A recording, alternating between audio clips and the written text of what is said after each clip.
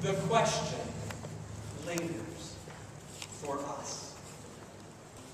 Why on earth, on Sunday mornings, do you get out of bed, take your shower, get dressed and ready, and come to church? Haven't you heard that we live in a post-modern, post-Christian, post-religious age? Why on earth do you come? What does it mean for you? That question lingers, and my guess is more than once or twice in your life, you will have people look at you and wonder, why? Why get up? Why make this weekly pilgrimage to this place? The answer, in my deep sense of conviction, and in how I understand the Scripture, lies rooted in stories like these that we hear today. There is first this story of Elijah raising a son, a widow's son, in Zarephath. And then in Luke, we have this story of Jesus encountering this crowd, this multitude, who come bearing the bier of a young man who has died, with the mother there grieving, her heart being torn out. And there is this pain that is visible in that time and that place. And my friends, we still, in our living and lives today, are not pain-free. There are not simple answers or easy answers when we begin to unpack what it means to follow Jesus, what it means to live into a witness of life beyond death, beyond brokenness, pain, and hurt.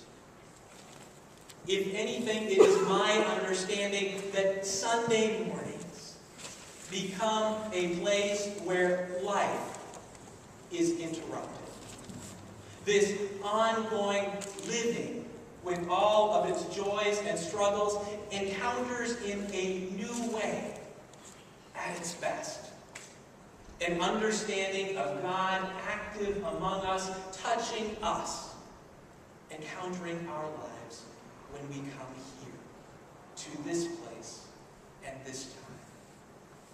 So as we center ourselves for this time in worship, for the word that rings among us, let us take a moment to center ourselves in prayer.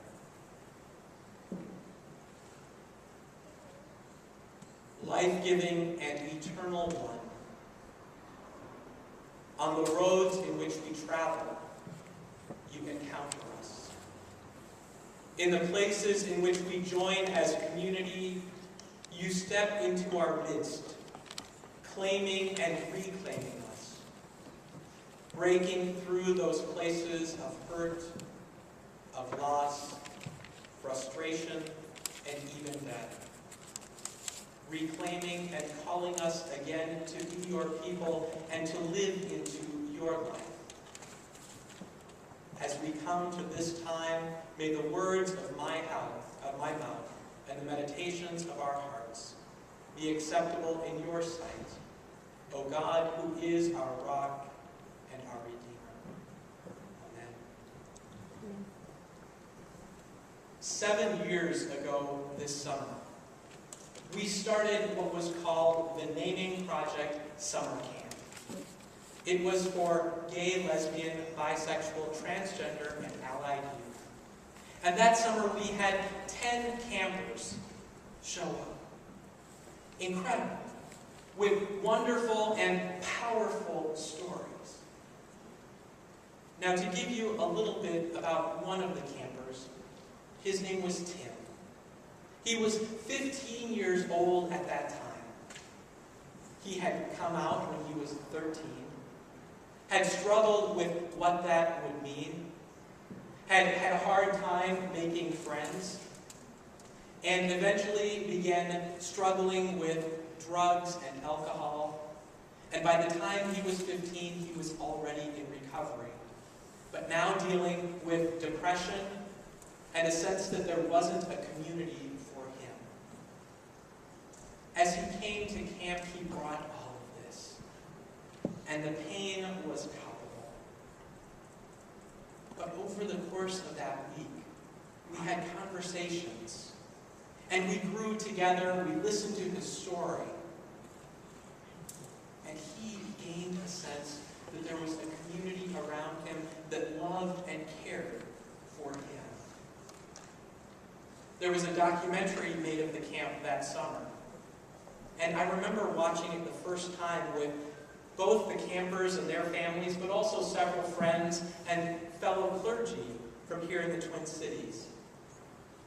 And Pastor Steve Benson afterwards made an incredible observation where he said, for this one camper, the camp was not just life-giving, it was life-saving.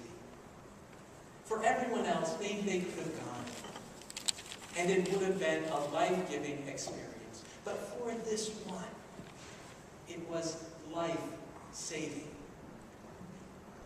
Now, there have been other stories in Newsweek and other magazines about those places where one or two individuals make a difference. For example, a young girl named Olivia, who had an epileptic seizure in school. And the teachers weren't sure how to handle it, and before too long, all of the kids were teasing her, tearing her down for this epileptic seizure that she had no control over.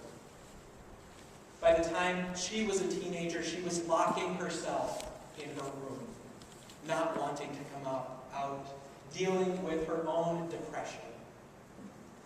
But a couple of kids had heard about her, and two sisters wrote her a letter, letting her know that she wasn't alone, and that they too had been teased when they were in school. And then slowly, something incredible started happening.